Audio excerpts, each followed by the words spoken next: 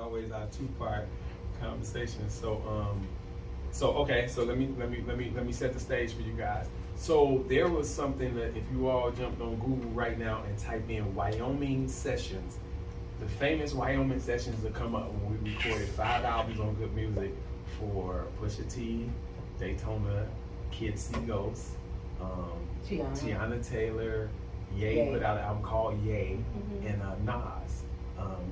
It was called Nasir.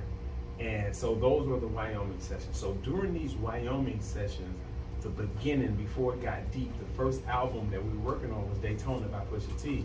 And he wasn't even deep in the record. You know, he was just getting started because Kanye was producing these 7-song EPs for everybody. And he had brought me back into his life to A&R Ye. So he's like, I want you to A&R Ye. I want you to help me with this record. I said, okay. So Ye was in a writer's block at the time because he was just coming off the breakdown he had in front of the public, his mental breakdown on stage with the Jay-Z thing and all that. And they hadn't been in contact for like 5 years. Yeah, we hadn't been in contact for some time, and he decided to bring me on to help him get this record out. But he's in a writer's block. So I'm trying to think of anything I can do as an A&R to help him like get sparked is what we call it. As an MC, we call it, let's get, help him get sparked. So I'm trying to get him in a writing mood. And I didn't know how to do it, but lo and behold, show you how God works, her cousin contacts me, his name is Duran. He contacts me and start talking about some of our old music to me at a point where I'm sitting in the studio at this area, this place that Kanye had called the Energy Center, where he had the Yeezy side where he created shoes and clothing, and then he had the studio side where the good music stuff was going on. I'm in the studio side, and I'm in the middle of trying to get him out of writer's block. Her cousin calls me and was like, "Great, man, I've been listening to y'all stuff and this and that and the third, and I'm not even thinking about Abstract Mindstate." It was almost crazy, and he started pressing that I listen to this one particular song called Sacrifice. And I was on our mixtape, it's Chicago's Hardest Working Volume 2, Project Soul is the name of this mixtape. And he was pressing it, and I was like, bro, like I'm in the middle, like I was literally at the boards with Kanye's engineer. I'm like in this whole different mode, and I'm like thinking I ain't got time to pay attention to it. He kept pressing. Fast forward, I said, okay, Duran, I'm gonna listen to, and it sounds funny, and I don't know if it sounds arrogant, but it sounds funny to act like I don't want to listen to my own music. I'm doing something else.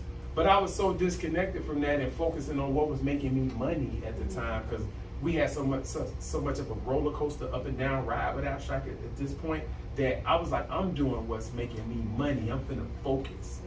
Because that was my problem. I would never focus. I would always run back to this thing. I was like, no, I'm gonna focus on what's getting my life right. And so I told myself, okay, Duran, I'm gonna listen to Sacrifice. So in the middle of this session, I'm trying to think of what can I do to get Kanye out this writer's block. I listen to Sacrifice, and I'm vibing out to my own music, to my own mixtape. I'm listening to EP, I'm listening to myself, man, this is grooving. And before you know it, I had listened to the whole mixtape, and it went all the way around back to that song again, and I stopped it. And I was like, for some reason, I felt this energy to write. It was the first time I wanted to write in a long time. So instead of me taking that moment to be like, ooh, I'm gonna write, I said, well, if this is making me wanna write, if Kanye heard it, it would make him wanna write. So I sent him the link to our mixtape, thinking that I was being an A&R, getting him. I'm thinking I'm gonna get him sparked up. I'm thinking I'm getting him out of a writer's block, or trying, I should say. Sent him the music. It was about 3 o'clock in the afternoon. He didn't say nothing. He was on the Yeezy side. Mind you, he about 200 feet away from me. I can push one door open, walk 100 feet, push another door open, and I'm right in his face.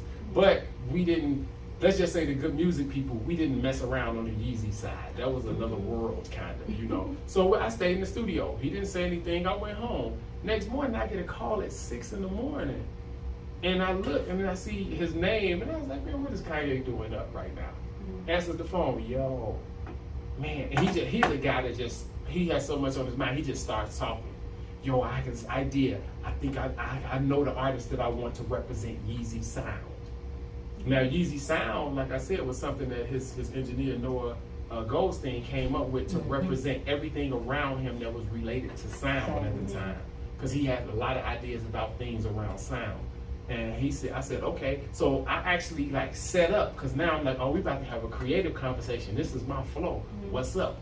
He said, man, the artist I want to represent YZY Sound is Tiana Taylor. Now, when he said that, we were so far away from Tiana's project, the song, the stuff that later came out and blew up. We were so far away from that. But he was like, Tiana Taylor. I'm like, okay. He said, an abstract Mindstate. And I was like, what? Like, you know what I'm saying? Is this actually a joke? And he was like, I said, what? And he said, man. And he quoted me and EP. He said, man, EP said a line that says, beautiful but hard to learn like Arabic alphabet.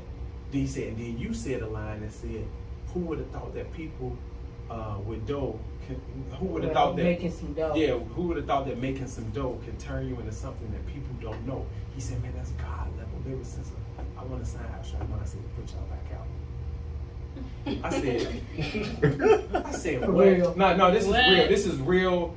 This is real. I was like, what? I was like, bro, and I'm laughing because I'm thinking, you know, because Ye, it's a joke, and little to popular belief, Ye has a sense of humor. So I'm thinking like, okay, you know, he's playing with me, and he was like, and so I'm joking, and he talks right through me saying, man, are you serious?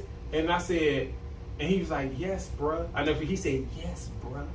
And I said, that's how he said it. And I said, so I thought I had the answer to shake him out of this, what I thought was like a moment of like, you in a foggy place. I said, dude, you think the world ready for some 40-something-year-old rappers? That's exactly what they ready for. Abstract Mindstate is gonna heal people and save lives. And I was like, so I'm like, oh, like, whoo, that was heavy. You know, I was like, okay. He was like, man, I want to fly EP out here right now, and I'm gonna sign y'all. And I was like, right now? I said, right now. He said, right now. I said, right now. He said, right now. I said, right now. He said, nigga, not while I'm on the phone. Hang up and call EP and get out. And I call EP, and this is where. so he calls me. And like I think the same amount of time that it took Ye to convince him that it was for real, it took Greed that long to convince me, or maybe longer, because I don't think I was convinced until I actually got out there. But I had just did this on the radio station this morning. So this was a Tuesday. Maybe that Friday I woke up. And I literally looked in the mirror. It was a Wednesday. I woke up. Whatever the measure, it was like 72 hours prior. I had just woke up, and I looked in the mirror, and I was like, hip hop gone. You know, you got this new career. I said it. I spoke those words into the mirror. And then 3 days later, I got a call from him saying Kanye want to put Abstract Mindstate back out. So after having that conversation with myself and fast forwarding to those days, I'm like, well, I don't really have time for this shit. Like, don't even play with me. No, EP, I want you to come out here. Like, when can you come out here? And I'm like, what? She thought I was joking. The way I thought Kanye was joking, she thought I was joking. Like, and and a lot going on, in our prospective lives. Like, with him, he was happy where he was. With me, I was happy where I was. I was going through some family issues. My dad was making his transition, so it wasn't the time to be playing games about shit that have to do with music right now. Like, so after the convincing, I was like, I can come Saturday. So I went to the Energy Center on Saturday. When I got to LA, we drove out to Calabasas. We went in, grouped them up. Love you boys, been a minute. Don't play. Like, my dad's dying. I just started a new career. Like, nobody else, my exact words to him, like, nobody else could have gotten me to leave Chicago right now. I said, no Dr. Dre, nobody else but you. Don't play with me. And then immediately I went into telling him what I was going through personally. And if you're not committed, then just let me know now, because I can turn around. It was nice seeing you, or whatever. He's like, no, I'm definitely committed, and no, let's do it, And so. And then he was telling us stuff like, we're not finna play this industry game. Yeah. Y'all ain't gotta drive fancy cars and look like y'all rich and all this. He said, we're about to put some art out into the world. That's what he said. He said, we're about to put some art out into the world. And he said, either two things are gonna happen. One, it may change our lives, But the other thing is, it may just be something beautiful out there that those who attach to it can attach to it, and that's just what it is. Yeah, yeah. And we kind of was like, Okay. like, you know what I'm saying? Okay, because it, like that, I think just that statement, him making Yeah. that statement, took the pressure off.